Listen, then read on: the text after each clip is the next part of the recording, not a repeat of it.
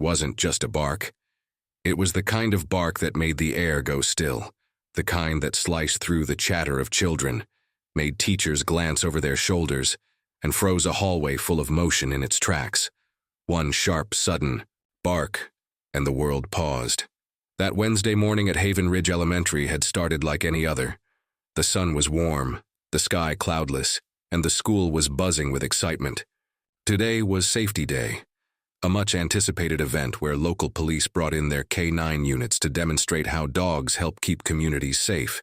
Kids gathered in the gym, eyes wide and full of wonder, as sleek German shepherds performed their routines. They sniffed out hidden toys, followed hand signals with military precision, and gently nudged laughing children who dared to hold out treats. There were squeals of joy, clapping, and questions about badges and bite training. Among the officers was Elena Ruiz, experienced, calm, confident. Her partner, a striking German shepherd named Shadow, sat by her side, alert, steady, and beloved. This wasn't their first school demo. They'd done this dozens of times before, but this one would be the last that felt normal. At 10:13 a.m., Clara Jennings entered the hallway. She was 8 years old, pale, quiet, small for her age, and sitting in a wheelchair that made almost no sound as it rolled across the polished. Juliane, her aunt, Melissa Fay, was pushing her, smiling tightly as she passed the uniformed officers. Shadow's ears twitched first. Then his posture changed. Every fiber in his body tensed, and then, without warning, he barked. It was short, sharp, desperate, not aggressive, urgent. Before Officer Ruiz could react, Shadow lunged forward on his leash, hackles raised, eyes locked on the wheelchair. Elena pulled back hard. "Shadow, no!" But the dog wouldn't yield. He barked again and again, his tail went rigid, his entire frame vibrating with alarm, and each time the woman tried to wheel Clara forward, Shadow surged again, snapping and barking, refusing to let them pass. Gasps filled the hallway. Students stared. Teachers hesitated. A few stepped forward, unsure whether to step in or simply trust the animal's instincts. Melissa scowled. "He must not like wheelchairs. Happens all the time," she muttered dismissively. But Elena wasn't convinced. Shadow had been around wheelchairs before, dozens of them, including Elena's own father. He never reacted like this. And then, just for a moment, Clara looked at Shadow. A glance. 1 second, maybe 2. But it said everything. There was no fear in her eyes, no confusion, just a flicker of recognition. And behind it, something else. A silent plea. Later, Elena would replay that moment 1,000 times. The bark, the eyes, the feeling she couldn't shake. Because this wasn't just a demonstration anymore, and Shadow hadn't barked at a wheelchair. He'd barked at a secret, and that secret had a name. Clara.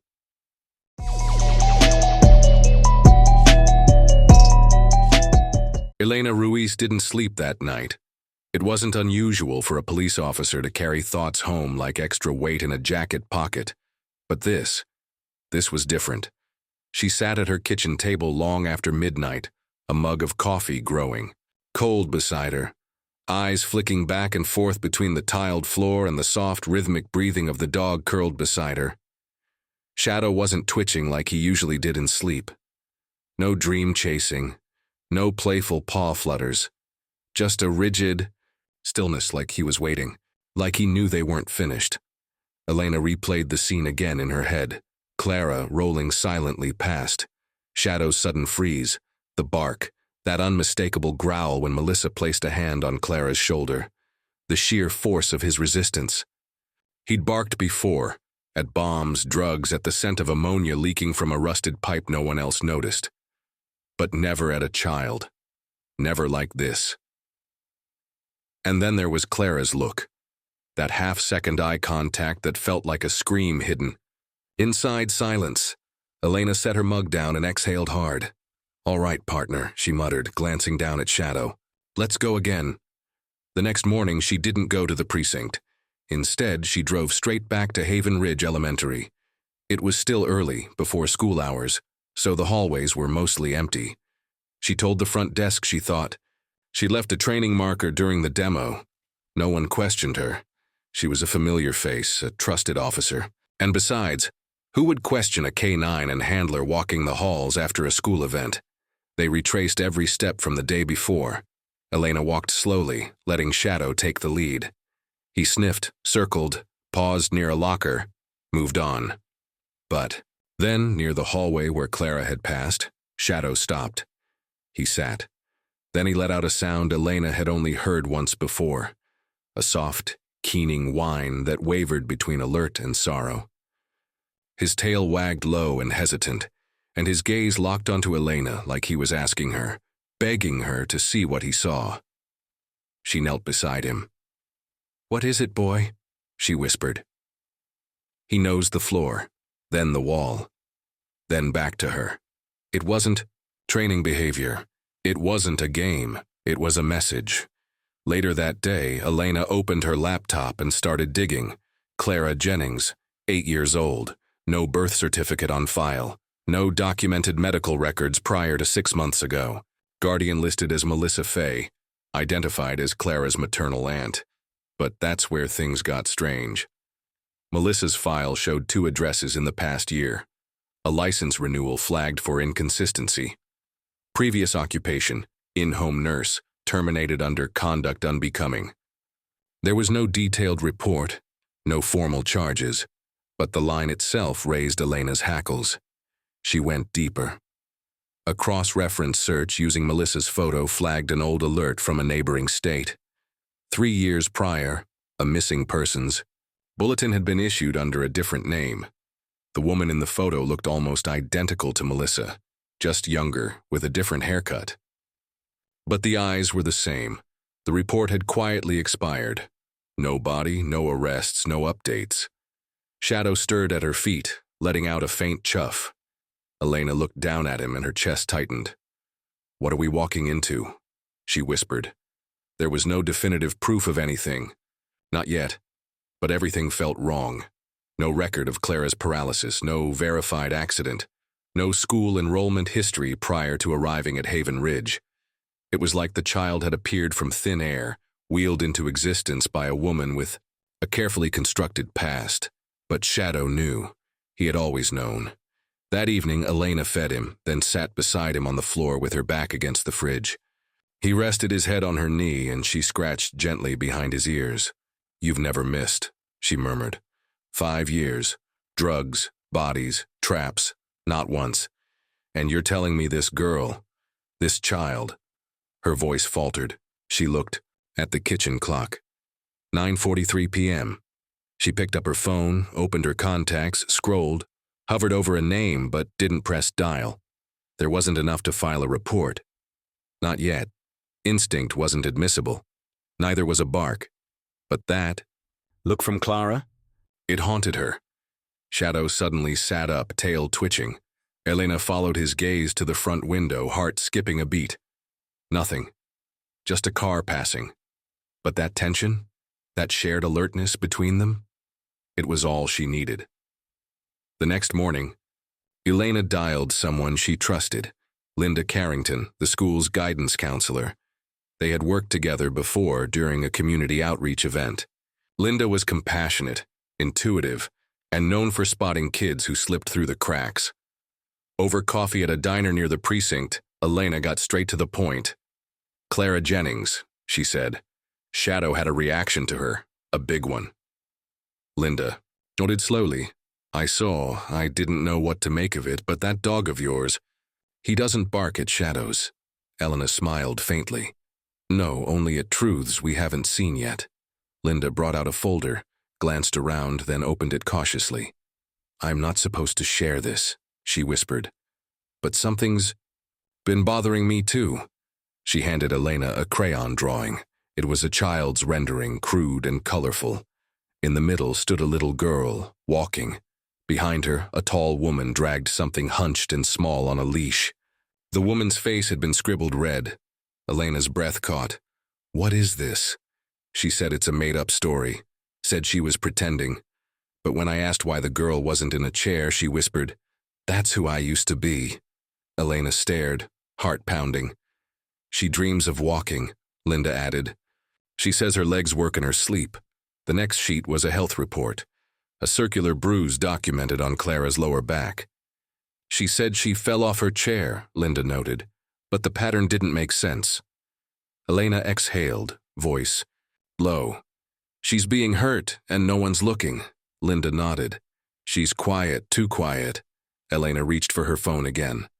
This time she made the call, because even if silence wasn't admissible in court, a child's drawing, a bark, in a hallway and the instinct of a dog that never missed, that was enough to begin.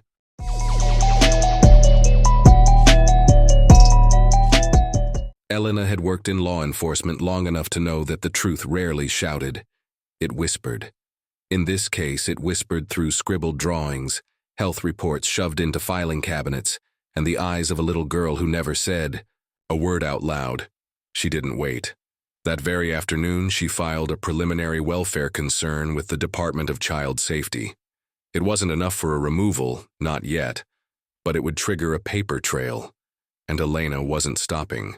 There, Shadow had seen too much, and Clara had said too little. The next move had to be delicate. No accusations, no panic, just questions, and maybe a classroom visit. 2 days later, the department hosted a community safety Q&A at Haven Ridge Elementary. Elena volunteered, offered, in fact, to bring Shadow again, this time to individual classrooms. It was part PR, part public reassurance, and completely calculated.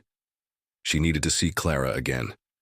Not from behind a hallway rope, but up close with no Melissa Fay hovering like a shadow of her own. As Elena entered the classroom, children lit up. The teacher introduced her, and Shadow went through his tricks, finding a hidden ball, lying, flat on command and playing dead to a chorus of laughter. Kids asked questions, giggling at his wagging tail and soft ears. But Elena wasn't watching the class. She was watching Clara. The little girl sat near the window, her pale hands folded in her lap. She watched Shadow, but didn't smile. Didn't speak. Just followed him with those dark, solemn eyes. And when Elena approached her desk, something shifted. "Would you like to pet him again?" Elena asked gently, kneeling beside her. Clara nodded, just barely. Shadow stepped forward slowly as if he knew the importance of this moment. He rested his chin on Clara's knee. Her fingers trembled as they reached out, brushing behind his ears, then paused. She looked around. Everyone was busy talking. The teacher was distracted by a boy asking about police sirens. That's when Clara did something astonishing. She reached into her sweater pocket and pulled out a small folded piece of paper. She slid it under Shadow's collar, quick, silent, and then went back to petting his head as if nothing had happened. Elena said nothing. She waited, finished the classroom visit, and led Shadow calmly back to the patrol car. Her hands didn't shake until she was behind the wheel. She removed the paper. 4 words, scrawled in shaky, childlike handwriting. "Help me. She lies." Elena stared at the note for a long time, her throat dry, her pulse pounding in her ears. It wasn't just a hunch anymore. Not a bark or a bruise or a drawing. This was a message, a cry for help, from the girl who had remained silent through everything. She made another call. The following morning, Elena stood on the steps of a modest trailer home tucked at the edge of Haven Ridge's outskirts. It was barely 9 a.m., and the air was heavy with the smell of fried butter and overgrown grass. Melissa Fay opened the door in a floral bathrobe, one hand clutching a coffee mug. "Officer," she said smoothly. "What brings you by?" Elena kept her tone even. After the school event, Clara seemed a little off, just checking in. Melissa narrowed her eyes. "She's fine, her condition makes her tired." "Mind if I say hello?" "We're in the middle of breakfast," Melissa replied curtly. From inside, a loud thud followed by silence. Elena's jaw tightened. "Ma'am, I need to see the child." "Without a warrant?" Melissa's voice sharpened. "I don't think so." Elena didn't blink. "A formal welfare concern was filed yesterday. If you refuse access, I'll return with backup and probable cause." Melissa hesitated, then, finally, stepped aside. The interior was what Elena expected, cramped, cluttered, with the faint odor of old medication and microwaved meals. Clara sat at the kitchen table in her chair, eyes cast downward, her hands limp in her lap. She looked smaller than Elena remembered. The girl's lips moved, barely, silent rehearsals of phrases she'd been told to say. Elena crouched beside her. "Hey, sweetheart, you remember me?" Clara nodded faintly. "Shadows in the car, he asked about you." At that, Clara looked up, just for a moment, and something behind her eyes flickered. Elena leaned in. "Did you write the note?" Clara's bottom lip trembled. She nodded. Melissa took a step forward, but Elena rose instantly, placing herself between them. "I'm going to have a medic check her," she said firmly. "You're not to interfere."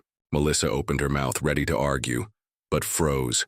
Shadow stood at the doorframe. Elena hadn't called him in. He came on his own. His ears were pinned, his body coiled, and when Melissa moved even slightly, Shadow growled. Low, deep, warning.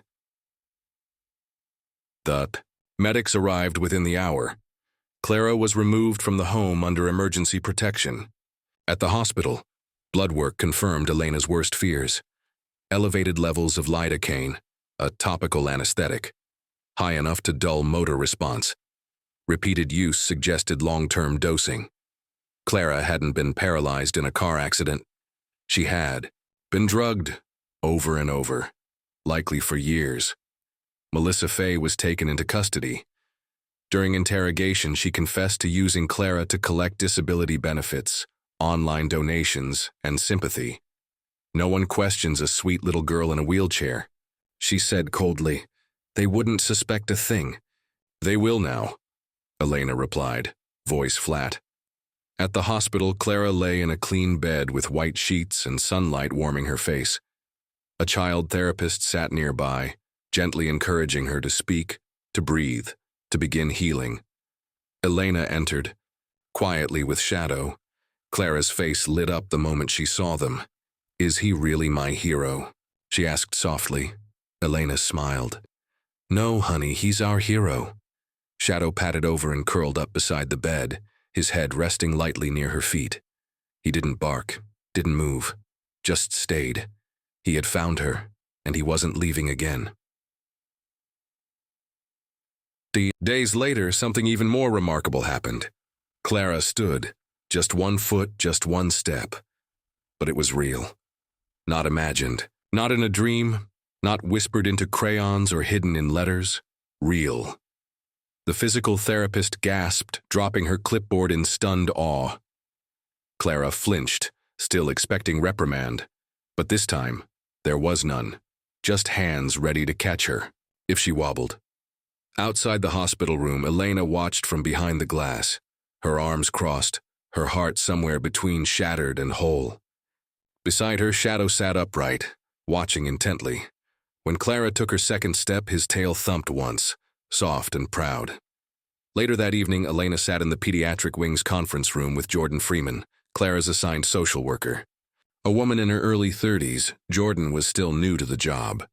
Hopeful eyes, cautious voice, and the faintest tremor in her hand as she clicked her pen. "We're looking for any possible relatives," Jordan said. But Melissa's statements are mostly dead ends. She admitted to falsifying guardianship papers years ago. "Did she say where she found Clara?" Elena asked. Jordan nodded grimly. "During a housing crisis after a fire in Arizona, but there's no paper trail." Elena flipped to a highlighted line in the file. "You know what's ironic?" she murmured. "If Melissa hadn't forced Clara into that chair, we might have never found her." Jordan paused, considering that. "That chair," she whispered. "It became a costume, and Clara, just another prop in the show." Elena said nothing. She just looked down at Shadow, curled again near the table leg. He had never needed words. He just listened.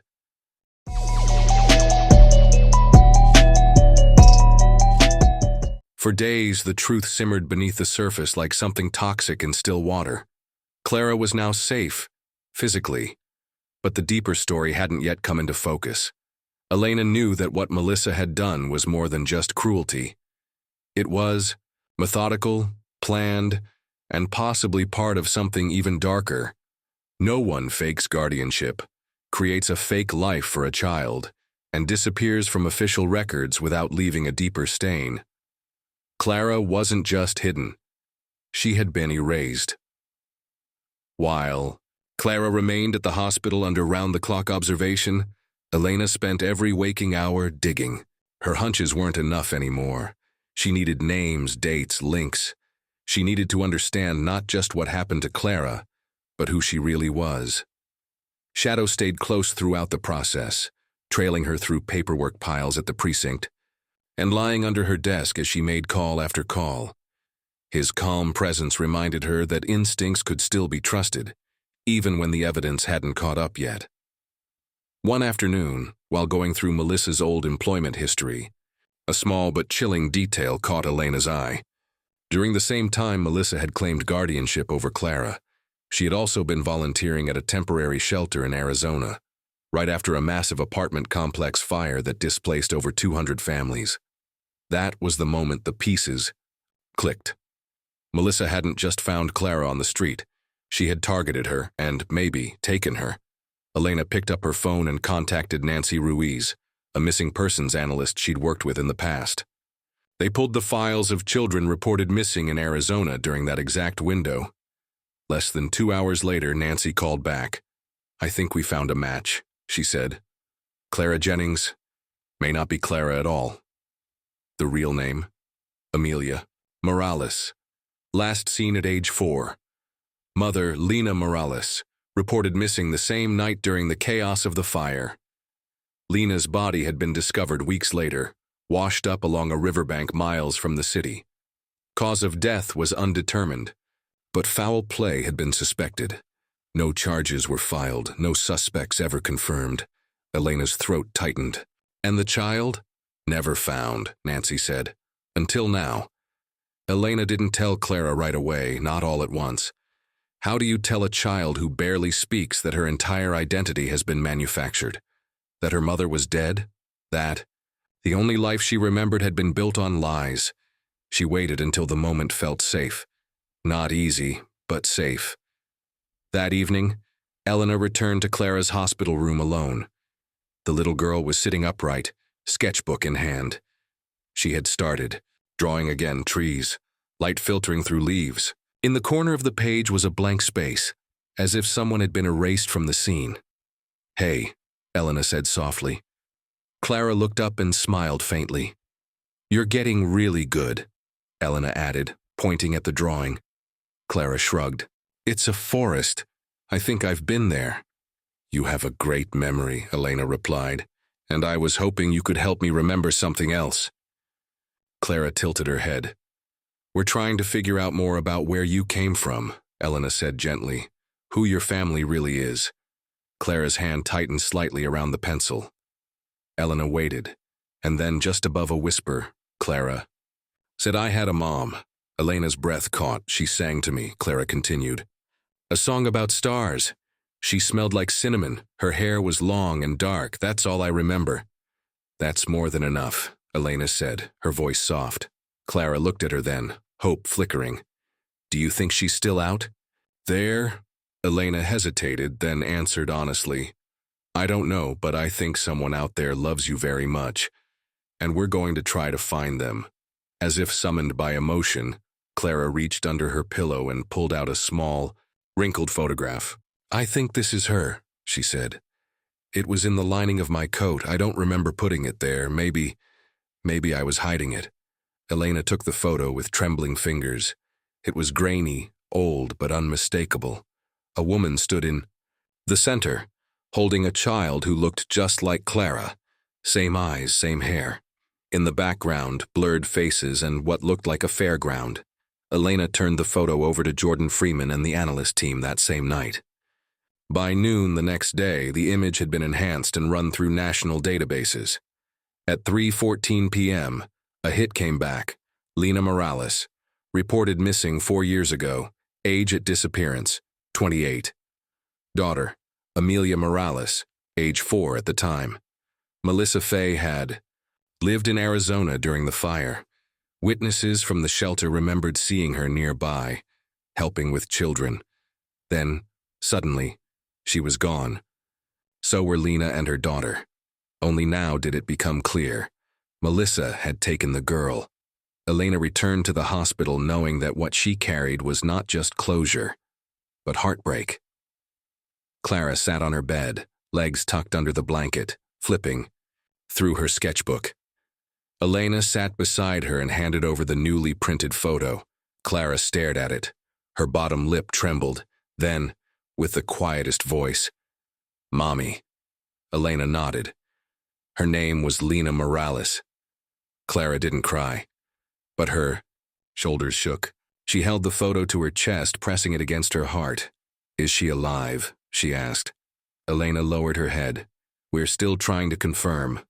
2 days later, the coroner's report from Arizona came back with DNA verification. It was Lena. She had died shortly after being reported missing. Her body had been found near a river, likely murdered, although the case had gone cold. Elena debated how to say it, but in the end, Clara already knew. When Elena walked into the room with heavy eyes, Clara just looked at her and said, "She's gone, isn't she?"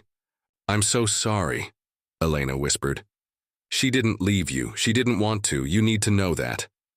Clara didn't speak. She just held the photo tighter. And then Shadow, never far, nosed his way to the bed and rested his head on her lap. Clara stroked his fur. "I remember her voice," she said. "She said I was her star." Elena nodded. "You still are." The next step wasn't about justice. Melissa Fay would face sentencing for kidnapping, fraud, and child abuse. The courts would do their part. But Elena knew Clara's healing needed more than that. So when Clara said, "Do you think there's anyone else who knew my mom?" Elena remembered something, a name in the old case file. A volunteer who had worked alongside Lena in the shelter, Nancy Torres. They tracked her down. She was living 2 towns away. The next week they arranged a meeting at a quiet diner near the hospital. Clara waited in a booth with hot chocolate, twisting her fingers anxiously. When Nancy walked in, she was already crying. Hair pulled back in a bun, eyes glistening. Clara stood without thinking and ran into her arms. They didn't speak at first. They didn't need to. Nancy brought photos of Lena, ones Clara had never seen. One of her laughing in a hammock, another of her holding baby Clara at the beach. She loved the ocean, Nancy whispered. She always said she'd take you back when you were older, let you walk barefoot in the surf. Clara looked at Shadow, then at Nancy. "Maybe we still can," she said. And for the first time in years, she sounded like a child full of possibility again.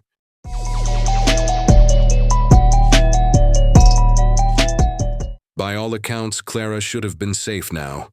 Melissa Fay was behind bars.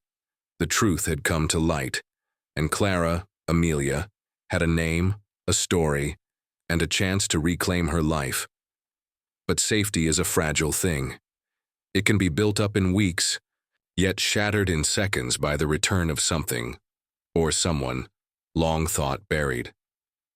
Clara had moved in temporarily with Rachel Monroe, a warm-hearted illustrator who had volunteered to be her foster mother.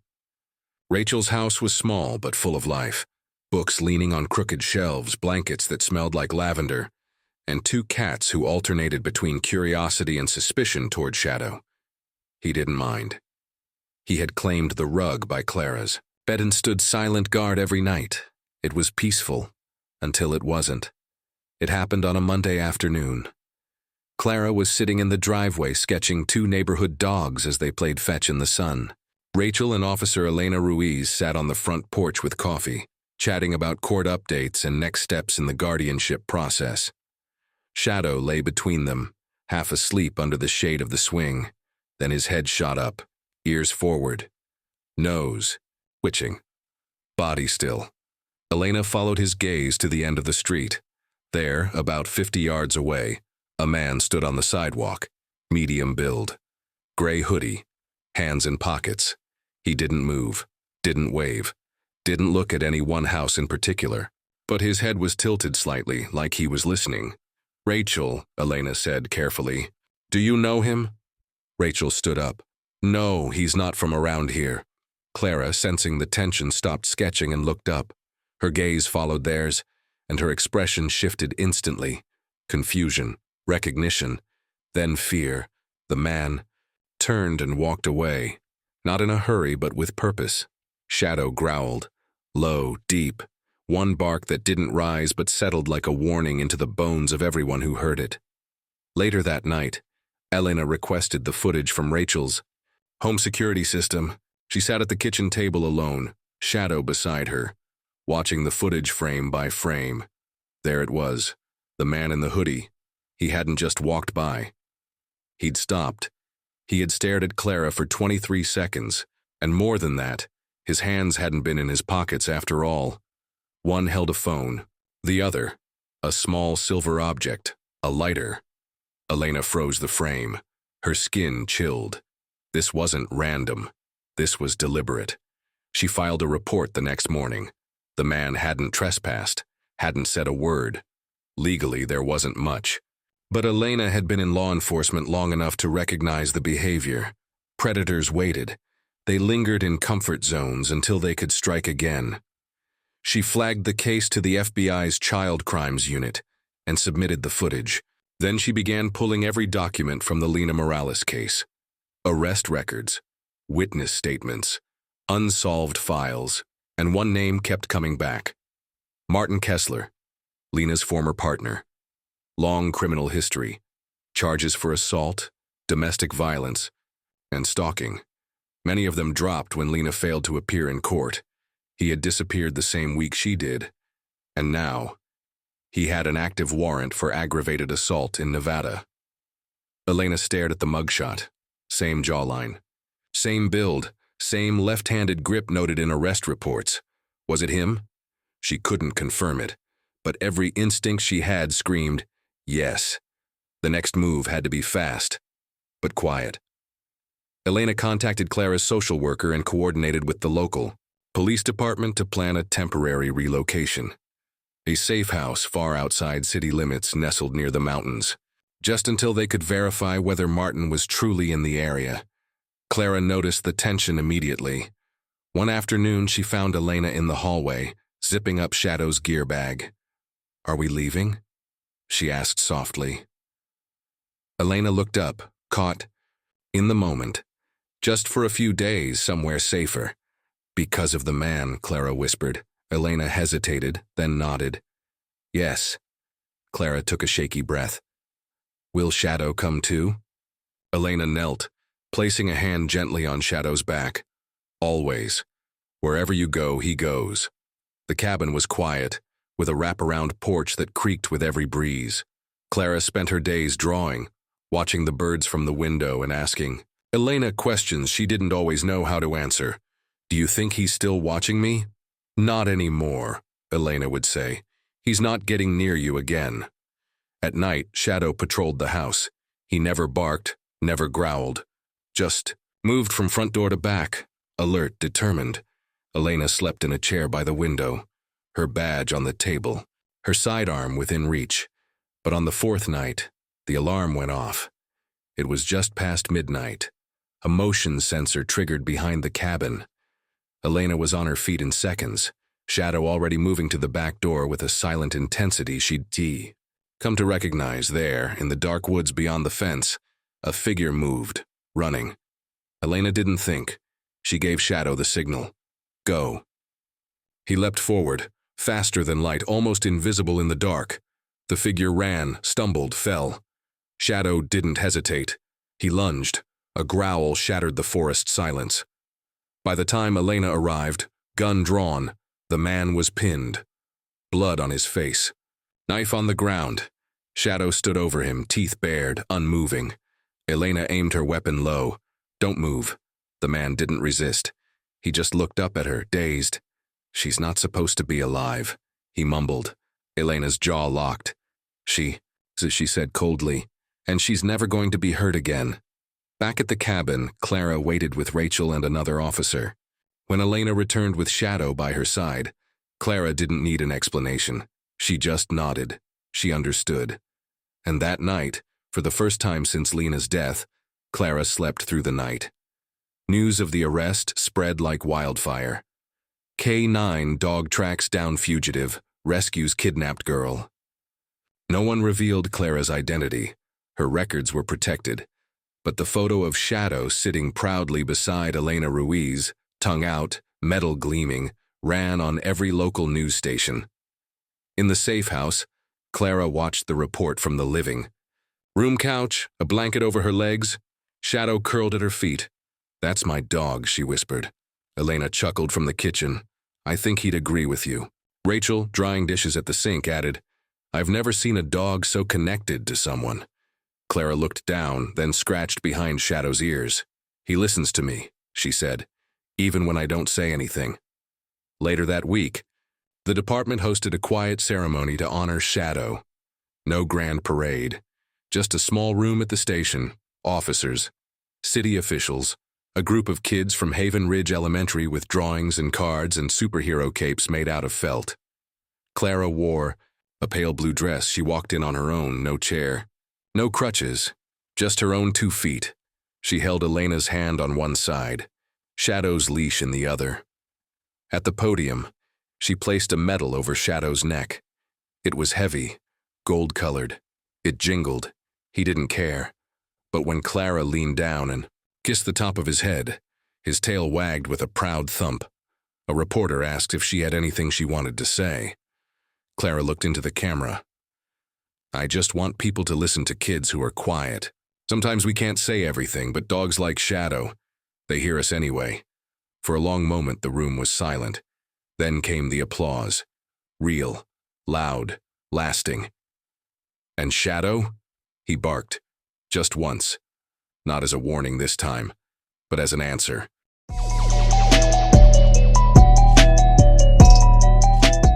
6 months after the bark that broke the silence, Clara Morales stood alone on stage. The auditorium at Haven Ridge Elementary was quiet, filled wall to wall with students, teachers, and parents. It was the school's first annual Voices of Courage event, created because of her story. Students were invited to share moments of bravery, words they never thought they'd say, stories that once lived only in whispers. No one expected Clara to sign up. No one pressured her to, but she did. She wore a soft yellow dress, her dark hair pulled back in a loose braid. Her fingers trembled slightly as she approached the microphone, but her steps, those were steady. In the front row, Rachel sat with a tissue already in hand. Next to her, Officer Elena Ruiz leaned forward, elbows on her knees, eyes never leaving Clara. And beside the stage, lying patiently as always, was Shadow, tail curled, eyes sharp, waiting. Clara looked out at the audience, and then she began, "A year ago I didn't talk. Not because I had nothing to say, but because no one asked me to. I thought I was invisible. But then someone barked for me." Her voice was quiet, but every word struck like a bell. He didn't need words. He knew I needed help, even when I didn't know how to ask. She paused, looking down briefly, then back up again. "Now I use my voice, not just for me, but for kids like me. Because sometimes being quiet is not peace. Sometimes it's pain. And the ones who look fine might be hiding everything." A deep stillness filled the room. Then came the applause. Not polite, not forced, but loud, real, raw. And Shadow. He barked once, just once, as if to say, "You did it." Back home that night, Rachel brought down a special ornament for the tree. A small painted star with the word "Voice" written in the center. Clara hung it high just above where Shadow curled beside the fireplace. She looked at him and whispered, "I didn't just find you. You found me."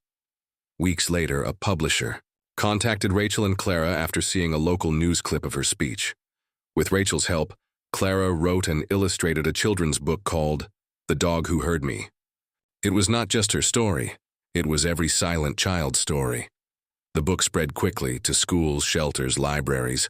Letters poured in. "Your book helped me tell my mom. I think I'm ready to talk now. I thought I was the only one." Clara read every single one and cried every single time. Sometimes it isn't the loudest bark that saves a life. Sometimes it's the smallest whisper. He didn't just save her voice, he helped her use it. And now, through every word she writes and every child she inspires, that voice, once hidden, echoes louder than ever.